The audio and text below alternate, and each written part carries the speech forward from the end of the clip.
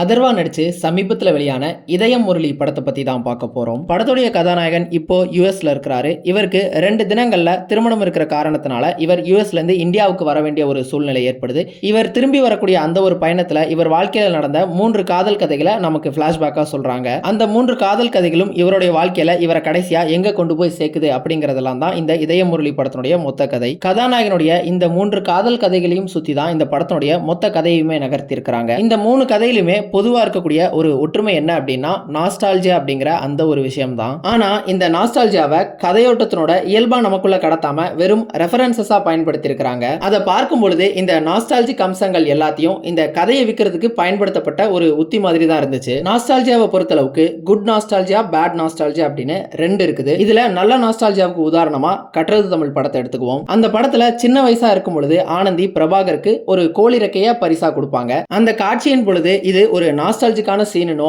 அல்லது அந்த காலத்துல நாங்கெல்லாம் எவ்வளவு வெகுளித்தனத்தோட இருந்தோம் அப்படின்னோ நமக்கு அந்த நாஸ்டால்ஜியாவை பறைசாற்ற விதமா எதுவுமே இருக்காது.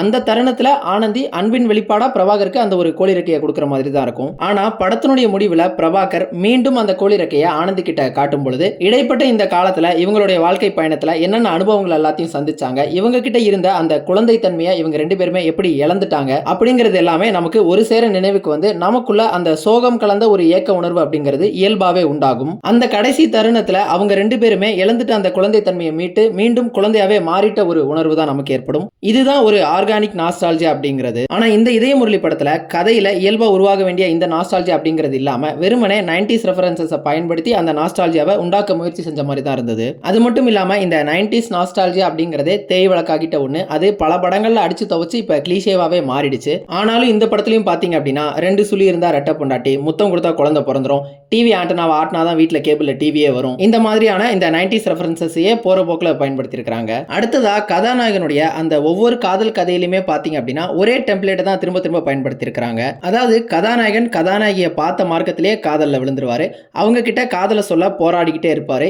இறுதியில ஏதோ ஒரு காரணத்துக்காக இவங்க 2 பேரும் பார்த்துக்க முடியாத ஒரு சூழல் ஏற்படும். ஏதாவது ஒரு காரணத்துக்காக இவர் ஊரை விட்டு போவாரு அல்லது அந்த பொண்ணு ஊரை விட்டு போயிடும். திரும்ப அதுல இருந்து கடந்து வேறு ஒரு பொண்ணை சந்திப்பாரு.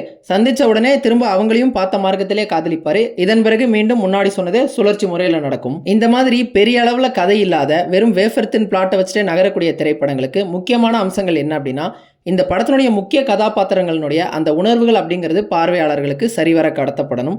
அதே மாதிரி அந்த காதல் ஜோடிக்கு இடையிலான அந்த கெமிஸ்ட்ரி ரசிக்க தகுந்த வகையில் இருக்கணும். ஆனா இந்த படத்துல இந்த 2மே ஒர்க் அவுட் ஆகல. படத்தை பார்த்துக்கிட்டு இருக்கும்பொழுது எந்த ஒரு தருணத்திலுமே இந்த 2 பேரும் சேர்ந்துடணும் அப்படிங்கிற அந்த எண்ணம் நமக்கு வரவே இல்லை. இந்த படத்தினுடைய அடுத்த பெரிய பிரச்சனை என்ன அப்படின்னா இந்த படத்துல நடக்கக்கூடிய அந்த தற்செயலான நிகழ்வுகள். ஒரு படத்துல அதிகபட்சமா 1 அல்லது 2 தற்செயல் நிகழ்வுகள் இருக்கலாம். ஆனா இந்த ஒரு படத்துல பாத்தீங்க அப்படின்னா எல்லா முக்கிய நிகழ்வுகளுமே தற்செயலா தான் நடக்குது. அதை பார்க்கும் இந்த கதையை அடுத்த கட்டத்துக்கு நகர்த்த முடியல அப்படிங்கும் பொழுது கதாநாயகனுடைய வாழ்க்கையில கடந்த காலத்துல இருந்த அந்த கதாபாத்திரங்களை திடீர்னு தற்செயலா சந்திக்கிற மாதிரியான காட்சிகள் வைக்கப்பட்டது. உதாரணமா கதாநாயகன் சொந்த ஊர்ல இருந்து சென்னைக்கு கிளம்பி வரும்பொழுது அவருடைய சைல்ட்ஹுட் ஃப்ரெண்ட்ஸை சந்திப்பாரு. கதாநாயகனுடைய ஃப்ரெண்டோடைய கல்யாணத்துல பாத்தீங்க அப்படின்னா அவருடைய ஹைஸ்கூல் காதலியை மீண்டும் தற்செயலாவே சந்திக்கிறாரு.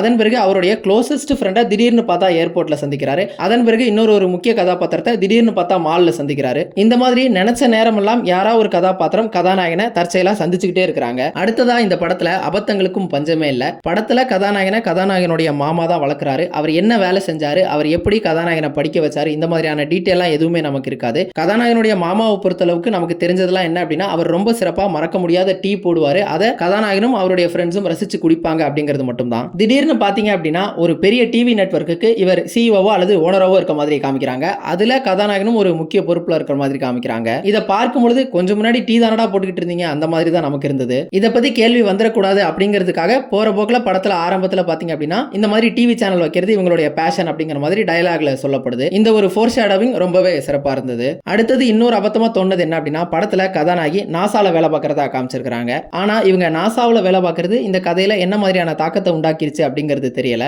ஒரு கதாபாத்திரத்துக்கு இந்த மாதிரி இம்ப்ரெசிவான ப்ரொஃபஷனை கொடுக்கறது மட்டுமே அந்த ஒரு கதாபாத்திரத்தை ஒரு சுவாரஸ்யமான கதாபாத்திரமா மாத்திராது. படத்துல ஆரம்பத்துல வரக்கூடிய அந்த ஹை ஸ்கூல் போர்ஷன்ஸ் மட்டும் தான் கொஞ்சம் ரசிக்கிற மாதிரி இருந்தது. இருந்தது. அதுக்கும் சுதாகருக்கு தான் நன்றி சொல்லணும். படத்துல கொஞ்ச நெஞ்ச ரிலீஃப் கொடுத்துட்டு இருந்த சுதாகருடைய கதாபாத்திரமுமே கொஞ்ச நேரத்தில் முடிச்சு விட்டுறாங்க. அதுக்கப்புறம் படத்தினுடைய எண்டில் தான் அவரை கொண்டு வராங்க.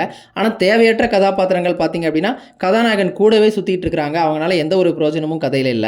அதே மாதிரி படத்தினுடைய முடிவும் ஃபன்னியாவும் ரசிக்கிற மாதிரியும் இருந்தது. மீண்டும் சுதாகருக்கு தான் நன்றி சொல்லணும். அதோட சேர்த்து ஃபகத் ஃபாசிலினுடைய அந்த சாமிங்கான ஸ்கிரீன் பிரசன்ஸும் அதுக்கு ஒரு முக்கியமான காரணம். பொதுவாக ஒரு சில படங்கள் பார்த்தீங்க அப்படின்னா படத்தை எந்த விதமான குறையும் இல்லாமல் நல்லா செலவு பண்ணி எடுத்திருப்பாங்க.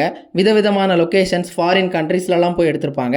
ஆனால் அந்த படம் பார்த்தீங்க அப்படின்னா எந்தவித சரக்கும் இல்லாமல் படம் ரொம்பவே சுமாராக இருக்கும். அந்த மாதிரியான படங்களை பார்க்கும்பொழுது பொதுவாக என்ன சொல்லுவாங்க அப்படின்னா படத்தினுடைய டைரக்டர் தான் பார்க்க விரும்பின நாடுகள், ஊர்களுக்கு எல்லாமே ப்ரொடியூசருடைய பணத்தை பயன்படுத்தி போயிட்டு வந்துட்டார் அப்படிங்கிற மாதிரி சொல்லுவாங்க. ஆனால் இந்த படத்தில் ப்ரொடியூசரே தான் டைரக்டராகவும் இருக்கிறாரு. அந்த வகையில் பார்க்கும்பொழுது அவர் தன் பணத்தையே பயன்படுத்தி இந்த நடிகர்கள் எல்லாரையுமே கூட்டிட்டு இந்த மாதிரி வெளிநாடுகளுக்கெல்லாம் போயிட்டு வந்திருக்கிறாரு. அந்த வகையில் அவருடைய பெருந்தன்மையை நிச்சயமா பாராட்டலாம். மொத்தத்தில் இந்த இதய முரளி திரைப்படம் ஒரு முழுமையான திரைப்படம் மாதிரி தோணாம ஒரு சில நினைவுகள், அதோட ஒரு சில தற்செயலான நிகழ்வுகள், இது எல்லாத்தையும் ஒன்னா தச்சு உருவாக்கப்பட்ட ஒரு தொகுப்பு மாதிரி தான் இருந்தது.